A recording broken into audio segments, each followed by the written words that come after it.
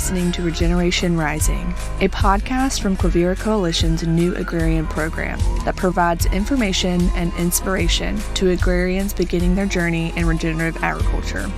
Each episode will explore what it means to work in regenerative agriculture, how people come to choose this as their livelihood, and why it's important to them and our future. We hope this podcast provides a foundation of knowledge for future agrarians and land stewards so they can rise up and focus on a regenerative approach to community, relationships, and the land.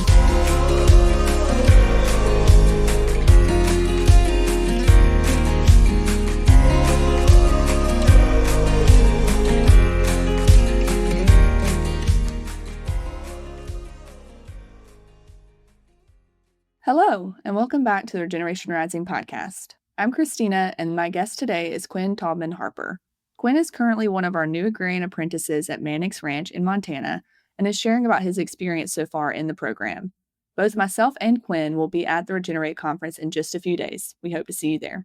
Before we dive in, I'd like to share some information about one of Quivira's programs, Pathways to Resilience. This program is helping land stewards connect to resources, improve the health of their land, and meet their agricultural goals through support, accessing financial programs, and connection to USDA resources. As a part of this program, we partnered with New Mexican land stewards to share their stories. We'd like to share one of these stories now. Quivira Coalition is excited to highlight the stories of New Mexicans as part of our Pathways to Resilience program, where we connect farmers and ranchers to federal funding. Programs like NRCS's Environmental Quality Incentives Program, or EQIP, help farmers and ranchers integrate conservation practices into working lands. At Farm of Song in Albuquerque's South Valley, there is not a lot of bare ground to be seen, even in winter. Farmer Ian Colburn. So the cover crop seed we get reimbursed for through our NRCS contract. It's a few $100s, which is nice. Allows us to experiment with like higher quality seed and more variety than we may do otherwise if we were paying for it just out of pocket. Planting cover crops can help control erosion, suppress weeds, reduce soil compaction, and boost the health and productivity of the soil. It's a soil health practice, that will hopefully make it easier to grow healthy plants and healthy vegetables and also reduce our inputs. Programs like EQIP can subsidize or even cover the cost of soil-friendly agriculture practices like cover cropping. Quivira Coalition is committed to providing opportunities for historically underserved farmers, like veterans, beginning farmers and ranchers, and people of color. You are invited to connect with USDA resources like EQIP at Quivira's annual conference, Regenerate. Regenerate is happening November 5th through 7th in Santa Fe, New Mexico this year, and scholarship applications are open now. Visit regenerate.com to apply. This message is brought to you by Pathways to Resilience, a production of Quivira Coalition with funding provided by the USDA.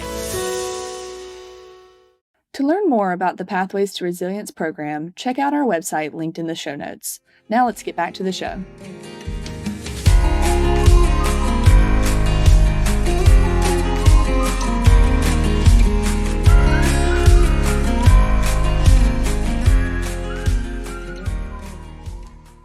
Hey Quinn, thanks for joining us today. Hello, thanks for having me. Yeah, so let's jump in. Tell us a little bit about you, about your background. Well, I'm 26, so like I said the other day, there's not much of a background there, as I'm still fairly young. At least I like to think. But regardless, my background, at least how it relates to this program, has nothing to do really with agriculture. I've been to a few brandings growing up and sort of was, as people like to say, ag adjacent. I grew up in Townsend, Montana, and a few other places, but that's really, I feel like, where I should start talking to you guys. And so I grew up sort of, the outdoorsy kid. I love to fish. The Missouri River goes right through Townsend. And so I grew up with those values of being outside and, really tapping into nature, if you will. And so moving from there, I that kept growing. And I got really into the whole outdoor rec because Townsend led me to Bozeman, going to high school there. And then that whole scene is very oriented around the outdoors. And that really grew my appreciation for the outdoors, but only in a recreation sense. And so it wasn't until later in high school that I started to question a little bit. it kept bringing me to rural Montana back home and elsewhere. And so I was really looking for that connection to be back in rural Montana. And also, I was getting super into the food. And so I was hunting a lot and also going to farmers markets. And I had a really good friend that grew up on it's called a biodynamic farm. You probably are familiar. It's called Border Farms in Belgrade, Montana. And they sort of pointed me in the right direction. And one of my friends ended up working on a ranch.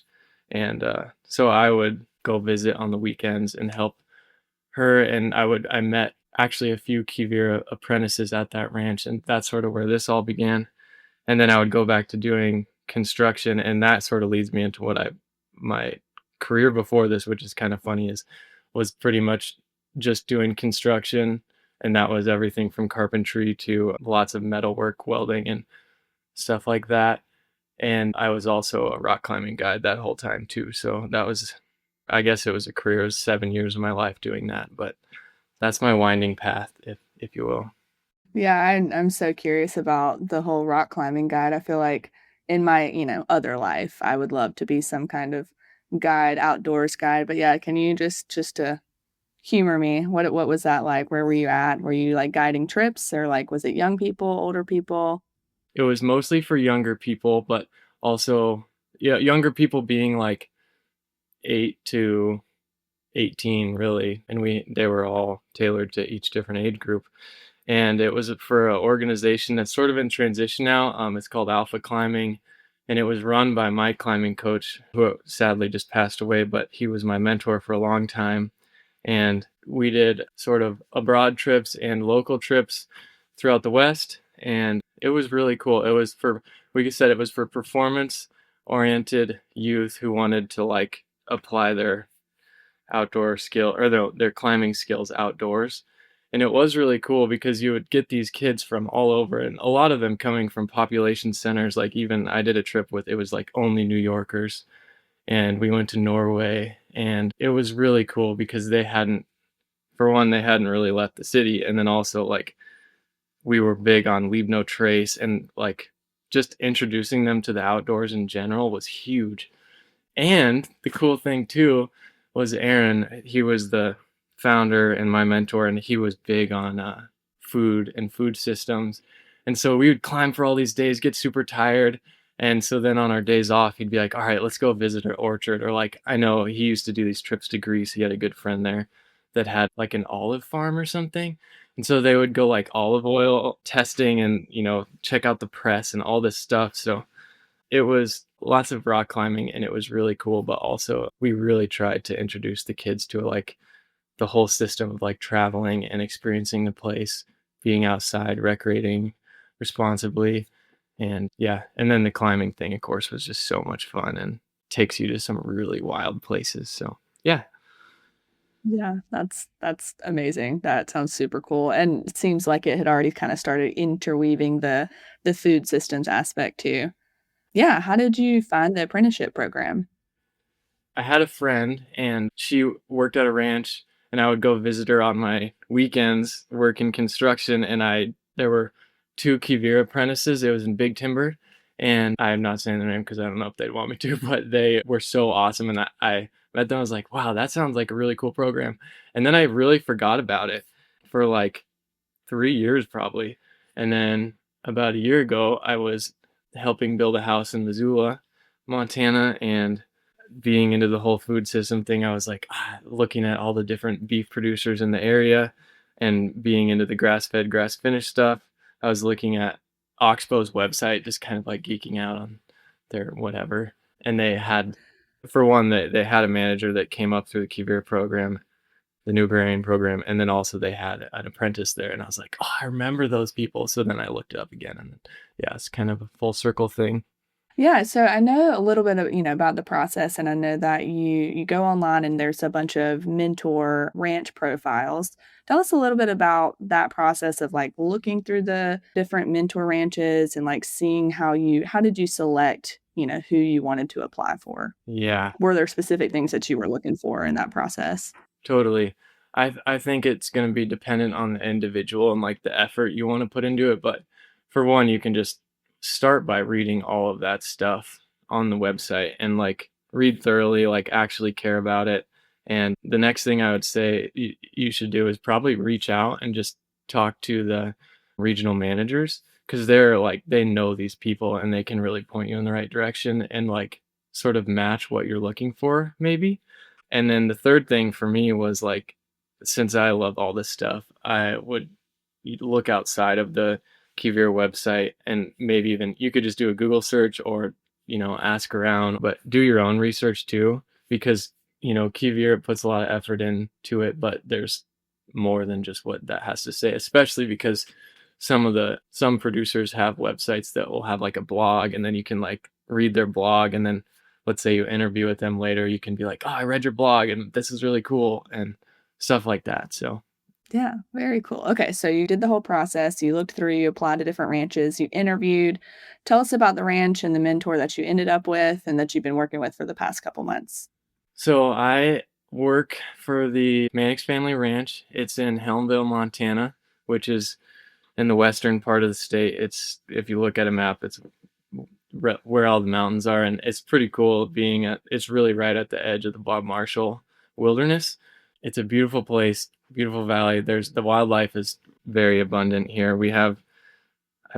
I'm not a wildlife biologist, obviously, but I think we have most of the original species like within the past couple hundred years, besides the bison. I'm not sure if we have bison within the valley, at least wildly, but like, I mean, people on the ranch see grizzly bears every day, and, the ungulate species are abundant, and it's crazy because they coexist with the cattle too. So like, it was really cool during calving to have all of the cows calving. And then, in the next pasture over, there would be elk right there. But anyway, started in the late 1800s. It's like generational also. So a lot of the family still here. That's been big value to them to try to include everyone. It's rather large. It feels overwhelming. It's like 50,000 managed acres. And so that includes leased and deeded land. And so it's a mix of that.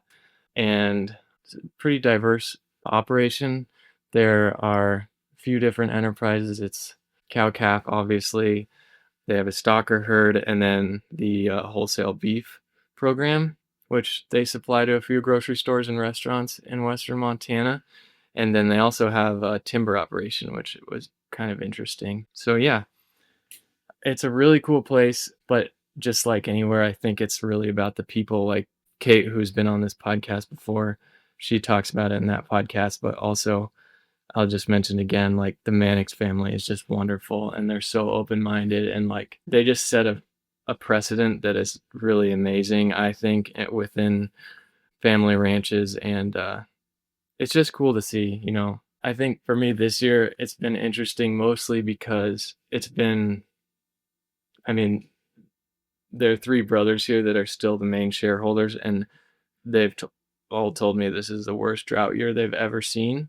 And so looking at it through that lens, it's really interesting to see the management decisions they've made this year just to accommodate with that. I think if I hadn't been here on such a tough year, I wouldn't have had such hard lessons, even if I'm not the one making them. It's just, you're still part of it. And so That sounds absolutely beautiful. I've been to Montana a little bit, but I would love to visit more and get back into the non-city, rural areas. But yeah, I know there's not a normal day, but like take us through like what a typical day would look like. okay, well, we're lucky here because we're kind of situated in a valley with relatively high mountains and hills around us. The sun doesn't rise very early, so they start kind of later than most ranches. From what I could tell, we start at like 8, unless it's like a really big gather day, or I guess we haven't started that early during hang, but depending on the day, it could start before 8, but almost always it's around 8. And usually there's either an email before the day before that sort of delegates everyone, or you'll get a call from David, who's sort of the main manager guy currently. And from there, it could go any way. Like, because it's such a big team here, you could be gathering cows in the mountains or setting up polywire, which is the classic apprenticeship experience. I think it's just so varied. Today it's raining, which we're very thankful for because it's been sunny so much, which is nice, but the drought, mind you. So I've been mechanicking, sort of playing electrician. Also, we've been dealing with trailer brake issues. So that's today. And then we take lunch, which is also another fortunate thing. The Mannixes really like their lunches. And then afternoon, we usually take a late lunch. Then afternoons are shorter. They usually work till 6:30 on any number of those things. But like I said, it's also seasonal. So like early spring could still be feeding hay or working on random projects like fencing, or it could be anything. Like they'll do like equip program stuff, or we'll go do conifer encroachment or anything like that. Or then calving where you go tag and whatnot.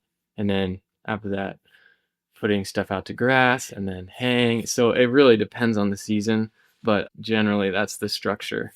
And I think because they're in the process of succession, they're sort of modernizing where like hours are becoming more clear versus like the older generation. Some of the brothers I am so inspired by because they'll be working so late some nights, and they want to, it's like it's totally normal to them. They don't even question it. And I like that because I'm kind of like a spaz and I'll go forever and then be like, oh, I should take a break now.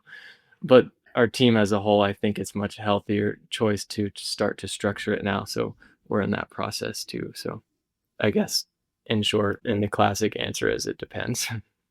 I feel like succession planning is such a big thing right now, so that would be interesting to see too. But yeah, what are some of the highlights of your experience so far? The highlights, I think the whole thing is a huge highlight for me because I dwelled on it for such a long time and put the work into like transitioning my life to be able to do it full commitment. And so like every day, usually when the day is ending, I'm just like, I can't believe I'm doing this. Like, this is so cool, no matter what it is, because I should just say at the beginning, I've been very lucky to at least have grown up in the West. And so there's that. But then also being in Montana, you're constantly driving through these rural areas. And at least I have always felt like, how do I like find a way to like do this and make it holistic and have a community and just sort of make it work in rural Montana. And so it just feels good to finally be putting the work in. So that's been a big highlight, was just, I guess, just like recognizing that appreciation there. But also like, if I'm being more specific, I don't know, I'm just an animal geek too. So anytime I'm around the animals, like no matter what, I'm always like, this is so cool. Like, yeah, I could go off on that, but anyway. Yeah, that sounds amazing. Yeah, just the whole experience. But yeah, and I feel like a lot of times we talk about all the beautiful things, the calves hitting the ground and like the sunrises and all that stuff, but there's also some challenges. So what are some of those challenges that you've experienced so far? That's a really good question. That's another one of those very personal things. I am a dangerous one to talk to because I hate to admit the challenges sometimes, even though it's healthy to do.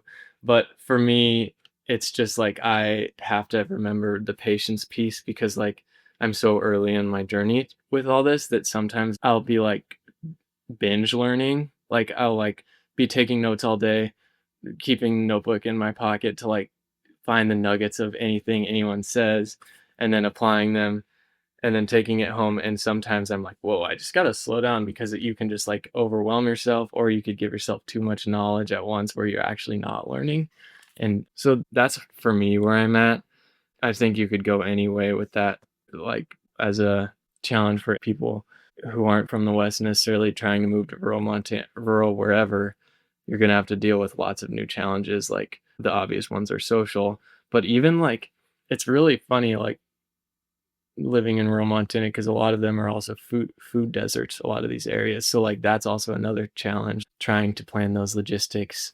So that's where I would go with that. I guess it's that one's a tricky one because in general it's just a challenging job. So you have to prepare that. So yeah, it's a mental game. Or physical. It maybe if you just need to get fit, that could be another one. If you're like, man, I can't keep up, that could be a problem too. But I think most people should be able to pull it off. I feel like a lot of times the social aspect and like not being around a ton of people and trying to really determine like who your community is can be a difficult part of it. Yeah. Yeah, and I know that there are some supplemental education opportunities for apprentices too. And yeah, what are some of the aspects or things that you've learned from the program, whether it be like on the ground at the apprenticeship ranch or also with the supplemental education that you'll use in the next journey that you decide to go on? Well, geez, that's probably the biggest benefit of the program, really, because there are lots of opportunities where you could just hire on to an outfit and just kind of be ground down and just, I don't know, that you could just end up in a situation where you're not learning as much and you're really just getting taken advantage of. And that's not everywhere, but I'm saying with the program, the biggest benefit is like all these perks of the education and the vetting. And so when you go through the orientation, Julie does a really good job. She talks about how it's an apprenticeship and not an internship, and how it's similar to like in the trades they call it a journeyman or just a journey person, and how like really everything you've learned will be applied and could be applied later within the experience. And then yes, they have the supplemental ed, and those calls are pretty invaluable, really, just because they bring on these professionals that are expertise in their field, whether that's finance or animal and herd health or even just soil health. And at no cost to you, they just talk to you. And it's just really cool because you even get to talk to them, ask them questions. And so we're really fortunate there. And I think because this regenerative agricultural revolution is becoming more prominent, I think that stuff like that is going to become more and more valuable because we're all trying to level up our knowledge base and just try to get a little bit better every day. Yeah, so what are your next steps? I know it's kind of I guess the apprenticeship is kind of winding down. I think some people do a second year, but other people kind of move back into the different jobs. But yeah, what are your next steps once the program is over? Someone said it really well on the we have these weekly unwind calls every week. Someone said it well the other day. They said we're on the Sunday of our apprenticeship, which is very true. My next steps, I'm in sort of a planning mode. Regardless of what I do, just keep working. I may stay here through the winter. I may not. Might go back to, or I may go really anywhere. I'm trying to stay open to that currently, which is a little bit scary because winter is upon us, and that's kind of a big deal here because it's just once winter hits, it's much harder to plan for stuff, just job wise and moving and all that stuff.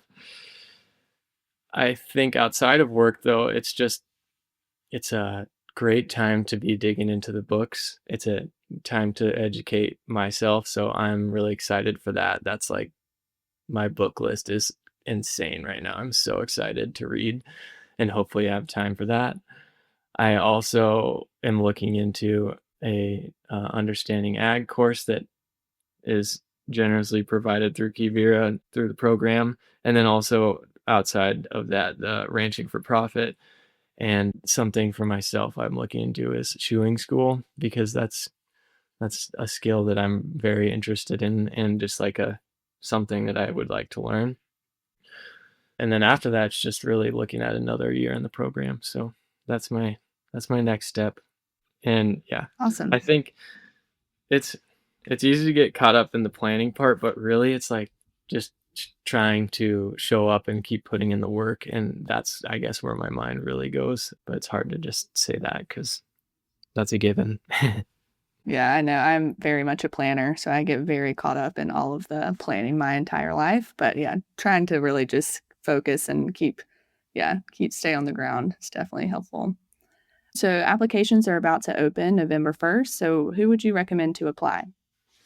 So I have sort of a two-part answer. This program should be taken seriously as like someone that would be a really good fit is just really anyone who's curious and who cares about things that are related to the program, stuff like working lands, I guess agriculture in general, rural ways of life. And then also another one I think that's huge is just like people who really appreciate open space.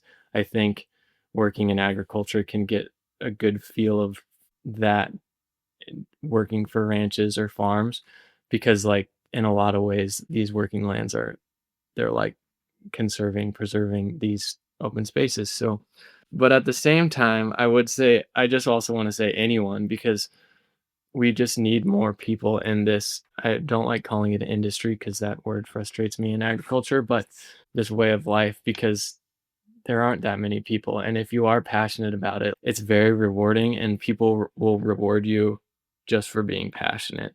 And even if you don't end up somewhere that is the most ideal for you, like we were talking about before, you could just learn from absolutely everything. So that's who I would say. If any of that resonates with you, just you should try and apply. Awesome. Thanks so much, Quinn. We're going to move into our rapid fire round. So just first thing that comes to your brain. What is one book that everyone should have on their shelf? Fiction is for sure The Alchemist. I think it's probably been said a million times, but that's just such a good book to like dig into what you want. And then nonfiction, I don't think you could go wrong with The Unsettling of America. I know your interview with Taylor, she already said anything Wendell Berry. I was like, how could you beat that? She's right. So I gave a modern take, and the modern take would be A Bold Return to Giving a Damn, which is the Will Harris book. Oh, okay. It was published relatively recently, and that book is so good. So, yeah. Okay. I'll have to put that on my list. What is your favorite flavor of ice cream? Wilcoxon's Moose Tracks, without a doubt. That was an easy one. You knew that one. Yeah. If you could travel anywhere in the world right now, where would you go? I would have to say anywhere in Nevada's Great Basin where there's cows. But I'm super into sort of more place-based stuff, just because I think that's good for your community and good for the earth. And so I do have a really hard time leaving Montana already, especially because my last job involved so much travel. So now I just am a huge proponent of like your own backyard. Like there's so many nooks and crannies to where you live, I'm sure, that you don't even realize, and I don't even realize. So that's something I really love, is just taking advantage of that if you can. Yeah, and there's so many. I was talking to somebody the other day about all the hot springs that are in Montana. It's like that needs to happen. I need to make a hot springs trip for sure. Yeah, so we'll finish up with a nugget of advice for other beginning agrarians is. This is something that I knew this old climber that would say this, and it is turn ideas into motions before mechanisms rust. And I just love that. But sometimes trying to take on new things can be overwhelming. So I would say just keep breathing, because at the end of the day, that's literally the only thing you can control. So something good to remember for sure. Well, Quinn, thank you so much for joining us. We appreciate it. Yeah, thanks for having me. I really appreciate it. Back at you.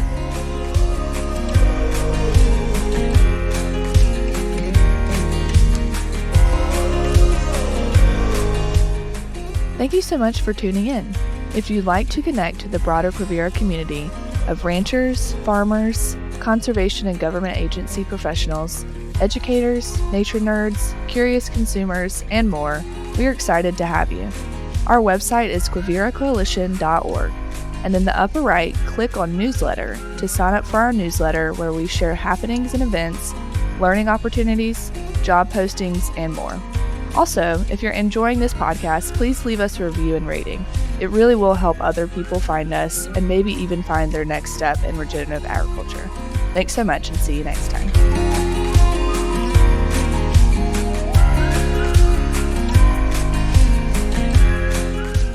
This podcast was produced by Quivira Coalition in our quest to support resilience on working lands. Learn more about our work and how you can support regenerative agriculture and solutions to climate change at quiviracoalition.org. This episode was edited and engineered by Caleb Wenzel-Fisher. A folk story, our theme music, was made by Alex Cristoforetti, and we're grateful for our guests who take time out of their busy lives to share their experiences with us.